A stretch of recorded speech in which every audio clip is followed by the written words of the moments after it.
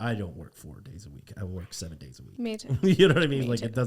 it just doesn't stop. But, my sister, who's my project manager, she's like, do you just ever like just not do this? And I'm like, no, but it's fun though, right? Is it fun for you? I wouldn't want to do anything else. Right. And there you go. Like the passion to like help, the passion to do, the passion to like create and like build something, like people love to build with their hands and they can construct things. I'm terrible at that.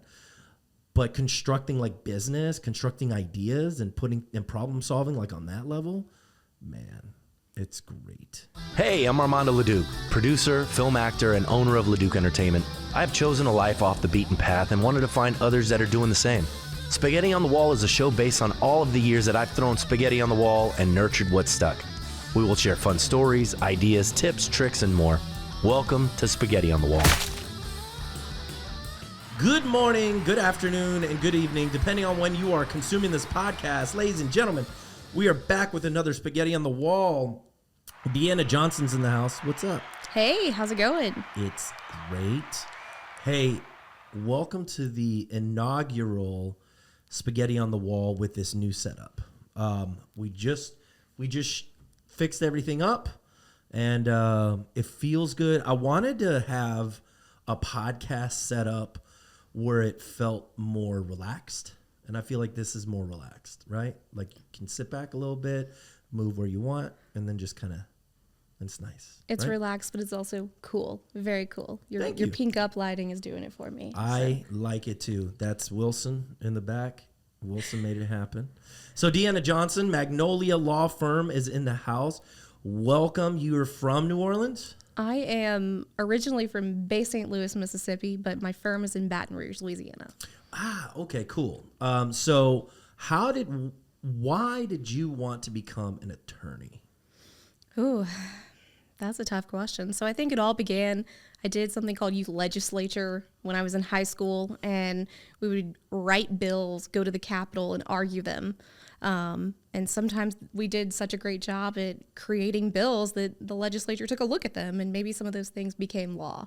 But I really enjoyed arguing. I got that adrenaline rush from standing up in front of 100 people and just passionately saying what I believed. So I think that just led me down the road of law. However, I'm not going to lie, I did start LSU my freshman year thinking I was going to go to vet school, and I made it through about a month of Bio 1201 and realized this is absolutely not happening. Let's go back to that law school plan.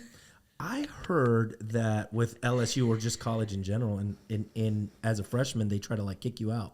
Oh, I believe it. It was at 8:30 a.m. Monday through Friday. I was having way too much extracurricular time, and the class was super hard. So I knew it wasn't going to work. Hey, kudos to you for finishing college. I did not finish college. I was like, you know what? I went in for vocal performance, and I was like, I don't need a college degree to sing. So I feel like had I taken it for filmmaking or something else, maybe I'd have stayed, but I just didn't find the value in it at that point. But, if you want to be an attorney, you better get a degree. Yeah, there's no other option in Louisiana. So you did you work for another firm before you started working on your own? Yes, absolutely. So I went to law school here in New Orleans at Loyola. While I was in law school, I was involved in their clinic program where we served pro bono clients. I did family law. I also worked for a practitioner in Gretna who was older, been doing it for about 50 years. After law school, I moved back to Baton Rouge. I practiced with a family law attorney who specializes in what we call community property litigation. And then after there, I sold my soul and went and did insurance defense in-house at an insurance company for several years before then going out on my own back to family law. And so what was the straw that broke the camel's back where you were like, you know what, I'm going to go into business for myself? So I knew I always wanted to go in business for myself even before I went to law school. It was really just a waiting game of knowing that internal instinct feeling of it's time. I never wanted to do it out the gate because I knew there was a ton to learn and I had to get there. But I can honestly say I started preparing for that day probably even, when I was in college, just knowing that was where I was headed. Does entrepreneurship run in your family? So, yeah, yes and no. Okay. My dad and grandpa have raced thoroughbreds for a living my whole life, so they did run their business, and my mom's a nurse practitioner, so not quite to the extent of me. Got it. But it was family law in particular, though. Why not personal injury? Why not, any of these other types of law? Well, and you do estate planning. I do some limited estate planning.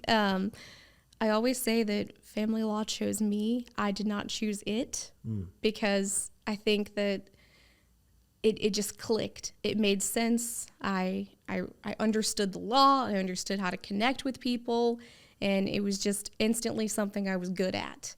I probably, had my mind been able to choose, maybe have gone in a different direction.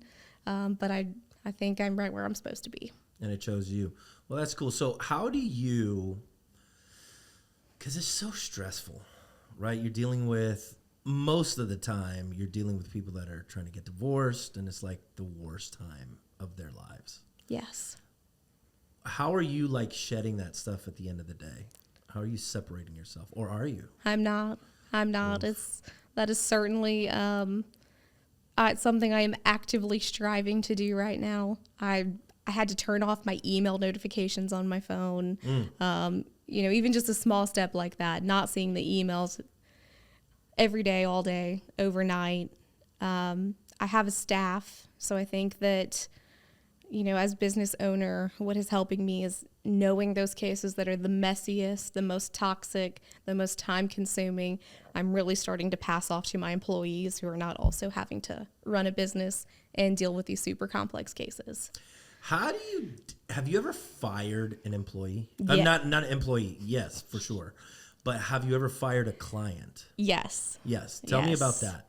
How did that work?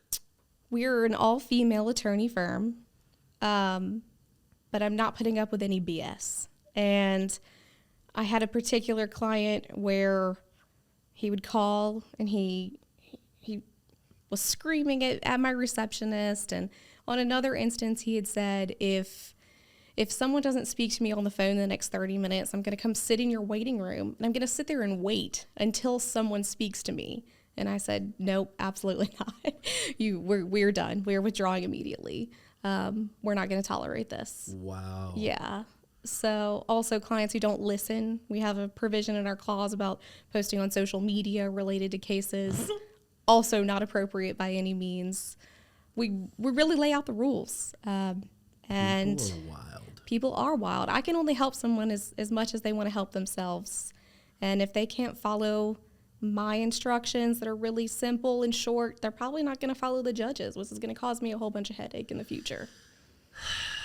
Yeah, good for you, because I hang on to clients and employees a little longer than I should.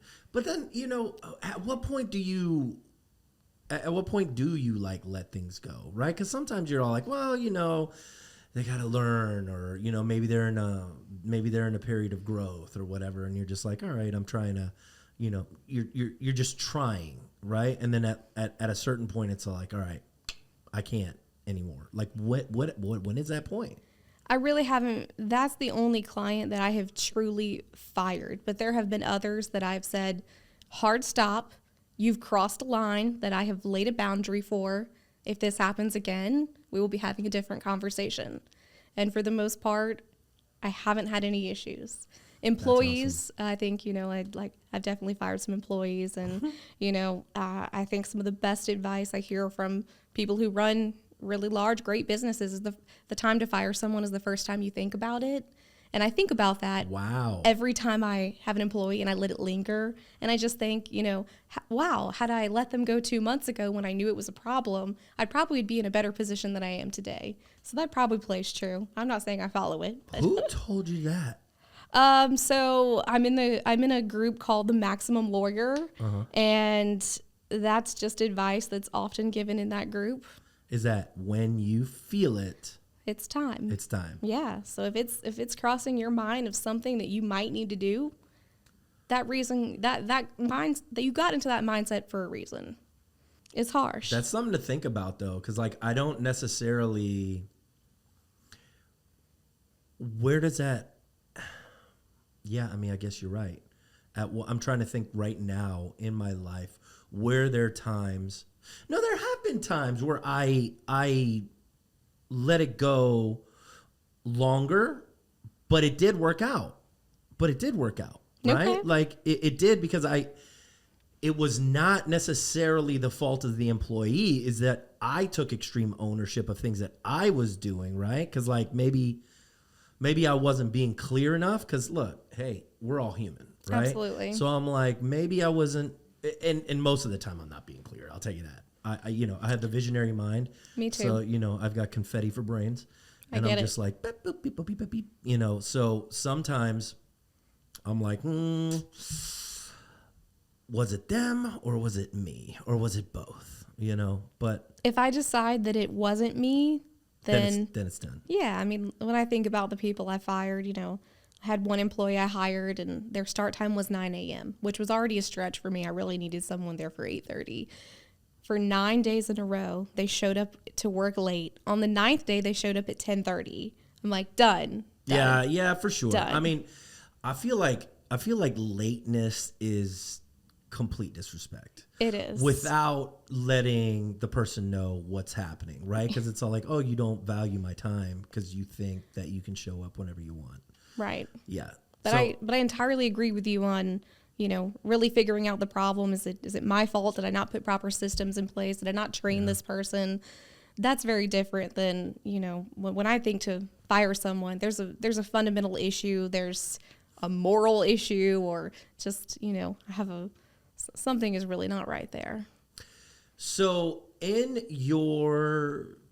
the space that you're heavily involved in cases still, correct? Yes. Are you thinking about a time where you can move into ownership, like true ownership, where you're not necessarily working on cases, you're just the visionary of the company? Yes, absolutely. We've already actually taken steps where I am on the decline of my caseload. Nice. I am about 11 cases over from where I want to finish this year. So I am working on that. It's a tough task to offload the work. But Talk to me about that. How are you doing that? How are you implementing the strategies to let go of that vine? So I have 2 other attorneys in my office. One of them is a fresh grad. She just got licensed in October. So a big part of what's happening is the work coming in. What is she capable of handling on her own? So we assign all of that work to her. I have another very experienced attorney who also is handling a full caseload, but kind of like I was saying earlier, just really offloading the really complex cases. If I can take on some, that's great. I also really like to keep my direct referral cases. Sure. I feel compelled to do that. And that's probably not going to change for a while, but I'm really getting more into that space. I also think it's really challenging as an attorney. We do consultations, obviously, with clients, and they connect with the person that they have a consultation with. So sometimes, as much as I want to hand off that client to another attorney, they've already hooked onto me, and I'm stuck there. So yeah. So you have 2 attorneys that you're training up. How are you taking a new attorney and grooming them into a person that you feel like you can just like let go, right? For instance, Wilson over here, I'm trying to let go of the videography stuff so that I can just, be free to run the company. But like, how are you empowering your staff to so that you can go, yes, it's not 100% the way I would do it, but that it's good enough? So I would say one good thing about me is I'm a good enough person already in my mindset. Okay. I try not to, if something is adequate, I really try to leave it. That's something that when I'm working with other attorneys on cases, they may prepare a judgment that I need to review. I reviewed one yesterday and it was 10 pages. And the moment I started reading it, I was like, this is not my style. But when I got down to it, I'm like, you know what? It still gets the job done. We're not going to nitpick. On to the next thing. So my baby lawyer, she's been with me since August. She's insanely hardworking. She wants to learn. She wants to find answers for herself. So the first part of that was getting the right person in the position. If I had someone that I feel like was just, waiting for the information to come to them, we wouldn't be here. But she's learning. She takes notes without being asked. She knows where all of her information is. That's good. Organization is key. Yes, it is. But I also think the key is knowing her limitations and not being afraid to tell a lawyer, you know what? I don't know the answer to this right now, but I would love to find out that answer for you. Let me give you a call back. Let me discuss with another attorney in the office. Let me bounce that idea around. I've never had anyone be mad at me for saying that in all the years that I've been practicing. Sure. So I think that's most important. She can handle what she's capable of, and she knows her limits. Let me ask you this. So in terms of creating this onboarding, were you intentional about it? What is the onboarding like for you guys? No. So I left my big corporate job in April of 22, so it hasn't been long at all. Oh, wow. And I said, I'm going to have all this time on my hands. I'm not going to have any work. I'll be able to write all these procedures and plan all these things because I knew where I wanted to go. And it was like the moment I started on a Monday, and it took a little bit of time, but I did not have the time to put those things in place. And our growth so far has been by necessity. I just reached a point where, I'm footing 25 calls a day. Great. I need someone in here to answer the phone. I'm rejecting all of this work because I can't take it on myself. So hire one lawyer. So no, onboarding is rough. I have a general checklist of what I go through, and every single time I onboard someone, I tell myself, I'm going to write down the steps. I'm going to do all of these things, and then every single time I don't do it. So 2024 is my year of systems and processes. Yeah. That is the goal. I'm hell-bent on all of these things actually occurring. 100%. Shout out to 90.io. Have you heard of it? No. And shout out to Playbook Builder. Have you heard of it? No. Okay. Life-changing. Okay. Like, changed my whole business. Okay. Are you familiar with EOS? No. The entrepreneurial operating system? No. So a financial friend of mine, financial advisor, he was like, you need to read the book Traction, and then you need to read the book Rocket Fuel. Great. Okay. So that's based on EOS, right? Haven't read them, but they're in my to-read. Right. Well, there you go. To-read list, yes. So those two, they talk about the visionary and the integrator, right? And the role, the relationship that those two play. Yes. And so you get the 90.io to like help you with all of your meetings, right? So your annual meetings, quarterly meetings, and then your weekly meetings. It has all of your issues in there. And then you can tie all of the operational KPIs for your employees to scorecards within 90.io. Okay. So that you can keep track of whether or not people are doing what they're supposed to be doing, right? For instance, if like it takes so-and-so 2 hours to do something, well, then probably that's a 2-hour task. Now it's taking this person 4, that's a problem, right? But then that becomes a KPI. So I highly recommend 90.io. And then Playbook Builder, we were putting all of our processes and procedures into 90.io, and it has a function for that, but I don't think it's the best. Okay. Playbook Builder is fantastic because it's so easy to look at. And so you can put all of your processes and procedures in place, super easy to find. You can put your checklist, your manuals, and then tutorials, like any tutorials in there, videos, boom, and it's all right there. And then you can just, as a matter of fact, you can put it in there. And if you have the processes and all that set up, you can sell your processes and procedures to like another family law firm. Interesting. Like somewhere else. If they're like, oh yeah, I love the way you run your business. So yeah, I'm check it definitely out. checking it out. Yeah, I highly recommend that. But yeah, it was, we're just now figuring out like the onboarding part of things. Like the KPIs were set and that was fine. But like it was when we started bringing in new people, it was like, how come they are not getting it? And it was like, and then it goes back to, well, we could fire them, but it was like, well, maybe it's our fault because we weren't really, too clear about it. Absolutely. So. I had 5 different people in my receptionist position last year.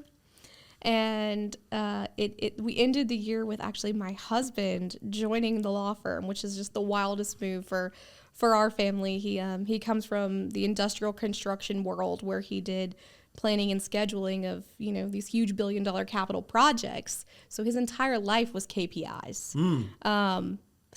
/ organizing. So it was perfect then. He's handling all of those things for me now and pulling data that I could only have dreamed of. None of the programs would be able to do this kind of level of reporting for us. That's amazing. But also realizing how poorly we handled this position, he is currently in that position to help me fix it. Because like you said, clearly there's something wrong with me and my training. And I realize now him as a highly capable person, it's too overwhelming and too much. And I just didn't realize the expectations were too high. There was too many tasks on a single person's plate. So. I know. And yeah, I had that problem with giving people too many tasks. So I'm like, get this done. They're like, oh, I don't have the bandwidth. Right. You know what I mean? Like, are you kidding me right now?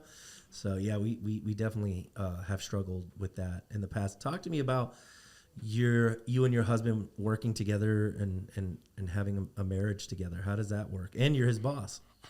But you know what? Look, you're his boss at home anyway. It doesn't matter. There's so many jokes about me being his boss now. Right. So he's only been with me since the beginning of December. So this is entirely fresh. But new. The reality is I don't even see him during the day because we're both just slammed. And other than, hey, hi, passing, maybe Right.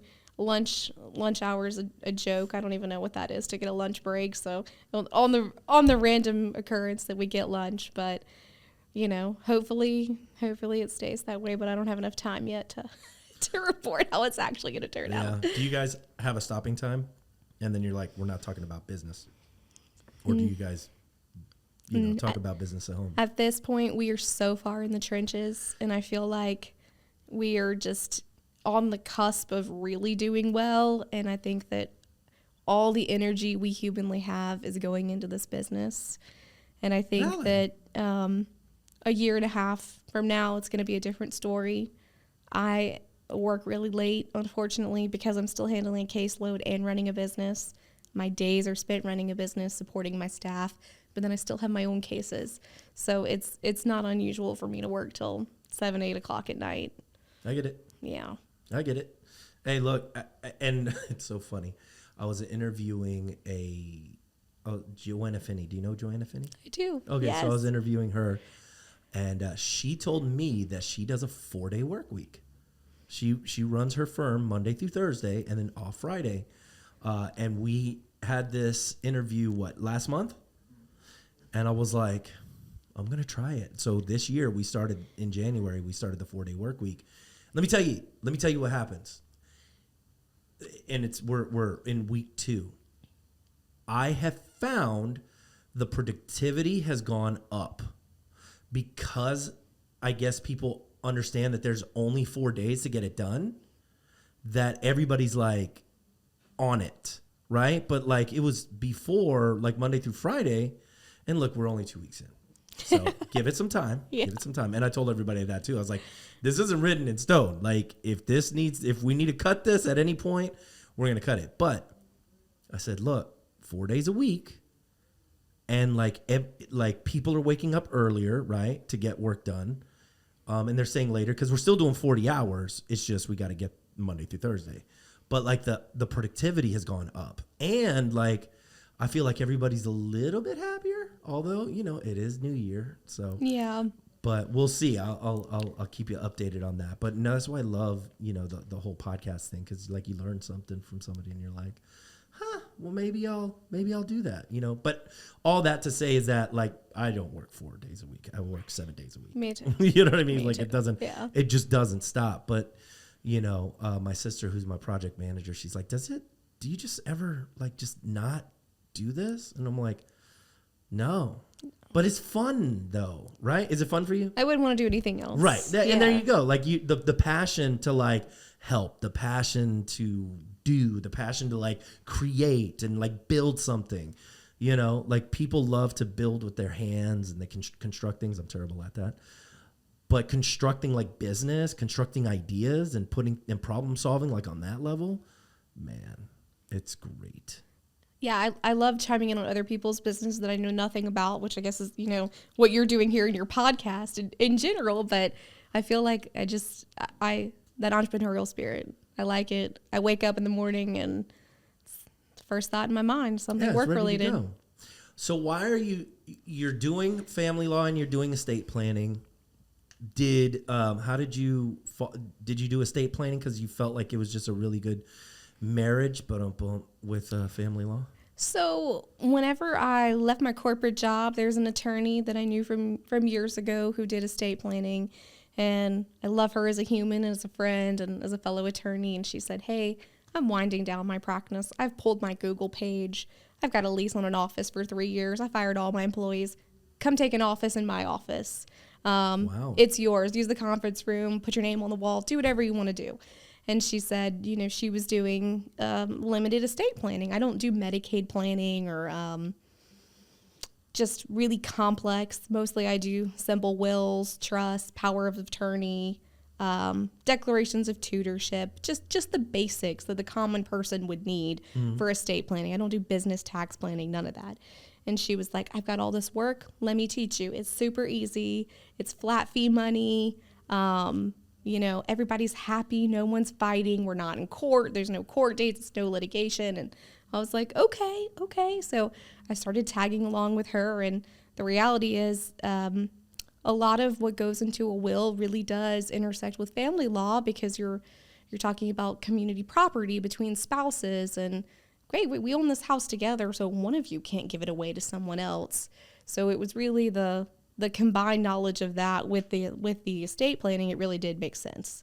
Nice. It's also a good sales funnel once I wrap up things with a family law client. By the way, have you taken care of your estate planning affairs? That's something we can do for you. So that's cool. Good upsell. Yeah.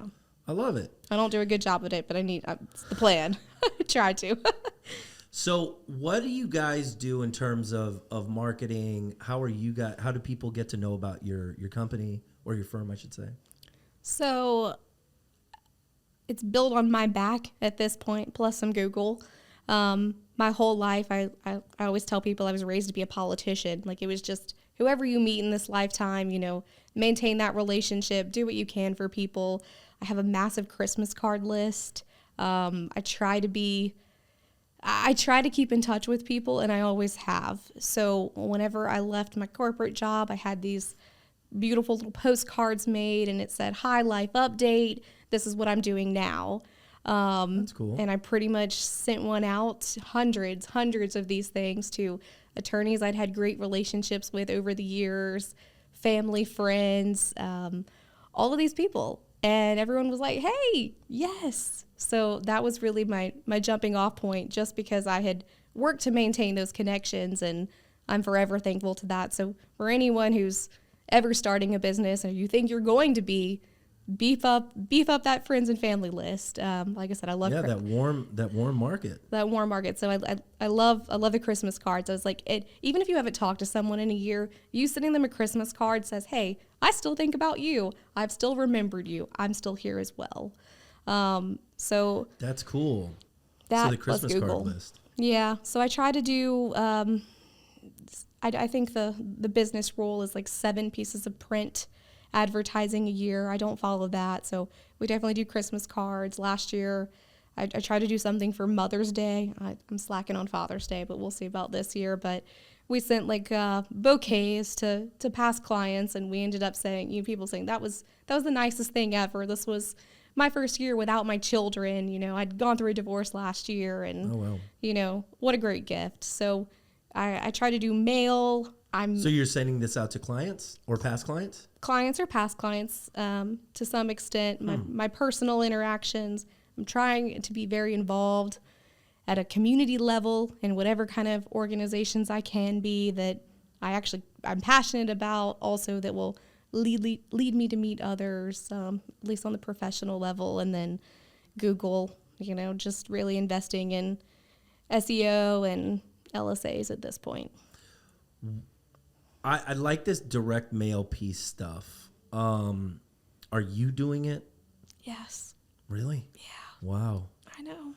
Like one card at a time? No, I mean, like, I would put together the idea, like our most recent Christmas card, I had one of my contract attorney employees whip up something on Canva. I made edits. I then sent it to the printer, got it back. I formulated the address list. I then had a law clerk put all the addresses on labels, label them, stamp them. So, That's I mean, what I got to do because I had Wilson over here. And Jocelyn. Write it out. no. And it was It is my goal this year that I get Christmas cards done in Q3. I mean, I was so angry at myself. I sent them out a week before Christmas. And at this point, I'm like, I've spent $1,000 printing cards. No, they're getting out the door. I don't care who's doing them, but they're getting out the door. yeah. I gotta. So next year for sure, gonna just like get them printed on envelopes and then. So we did postcards. So and so there was no envelopes. This was my first time doing that, and you recommend it? I highly recommend it. So the back, the return was logo with our address, and then all we had to do was... And then a place to put the stamp. Place to put the stamp. That's what we do. The envelopes were too much. These looked just as nice. Ordered good quality, thick postcards, and you don't care if they're like... I guess you could put it on the back, then not what they're going to be putting on the fridge, right? Right. Like right. That part can go. Right. So the front was like firm photo, logo. We did fa la la la la, like LAW. Right. So something. I like that. I like that idea. See, and that's why you do podcasts, so you can get these ideas. And you say you try to do 7 of these a year? No, I think that's what I've read in past business books that, they say that you should be doing 7 mail touches a year, hard received, and that's just too much for us. So I am trying to do 2. So like I said, Mother's Day, Father's Day, Christmas. But that's about as far as I've gotten with that. Maybe I should do that. I like that idea. I like implementing these ideas. We definitely do the Christmas cards, with my fam. They sell these amazing cards on Amazon, and they're flower bouquets. So you pop it out, and it's a big bouquet. Wow. And people love them. They were like $10-12. So I didn't send them to everyone, but we made a selective list, and that was really well received and appreciated. I like that. Yeah. You have to share that with me. Absolutely. So direct mail pieces, Google. What other are you involved in any networking groups? I am. So I try to be we have a young lawyers division in Baton Rouge. I try to be involved in that. I'm not on the board or anything like that, but I try to go to the parties, the events, the continuing education. Other than that, I've got a friend who's in BNI. I've popped up at a couple lunches. I haven't committed to something like that. I really took a step back for a while. I also have a 2-year-old and a 3-year-old. So I'm just that changes things. Juggling as much as I humanly can, but I'm getting back into the social aspect of things. How are you? Do you have family that helps you? No, we have no family in Baton Rouge. No family in Baton Rouge? No family. With 2 kids? 2 kids. It's a lot. That's a lot. It's a lot. I don't sleep. What is happening? So, hey, look, much respect. Much respect. I know what it's like just running a business on my own, and hallelujah to my wife who, holds it down at home. Like she makes it happen over there. So thank God for that. But I could not imagine 2 kids on top of that and then trying to run a business. It's a lot. My husband joining me at the firm has helped tremendously. Monday weather was bad, so they closed early. So he was the one that left, not me. Gotcha. Just that, So he left your job, his job to come and work with you. So he did, which was a crazy move. He was at the top of the game of his own profession. So this was look how much he believes in you. Risky for us, but I think the life I'm trying to build, the reason I'm doing all of this, his profession never would have allowed us to live that life. When I look at my 5-year goal down the road, I want to be able to rent a house and somewhere on a lake for a month in the summer when my kids are in school and be able to work remotely and just enjoy some life. Where would you go? I don't know. I like Georgia lakes or something like that. Yeah, Georgia's nice, especially upper. Yeah, northern upper Georgia. It was my COO. He lives there, and I went up to shoot some videos for his parents, and they live up like Lake Lanier area. Yeah, I think so. So beautiful. And it was like a mountain. Like you had, and I was like, wait, what's happening? Yeah, because I guess it's on the foothills of the Smokies. Yeah. Yeah, it's a really cool spot over there. So yeah, for sure. Just want to travel and be able to step away from my job and have that freedom. Heck yeah. Yeah. All right. Well, tell the folks where they can find you. I'm my website, www.magnolia-law.com. We are on social media. We're not doing a great job at it, but hopefully to the future, we can do better there. Hallelujah. Deanna Johnson, ladies and gentlemen, thank you so much for being here. Thank you for having me. Yeah, learned some stuff today. Definitely going to start implementing those direct mail pieces for sure. Yes. All right. And that was Spaghetti on the Wall, brought to you by Leduc Entertainment. For all of your digital marketing needs, podcasting, whatever, we got you. And you can watch Spaghetti on the Wall anywhere where you can hear a podcast. You're probably listening to it right now. All right. We'll see y'all next week.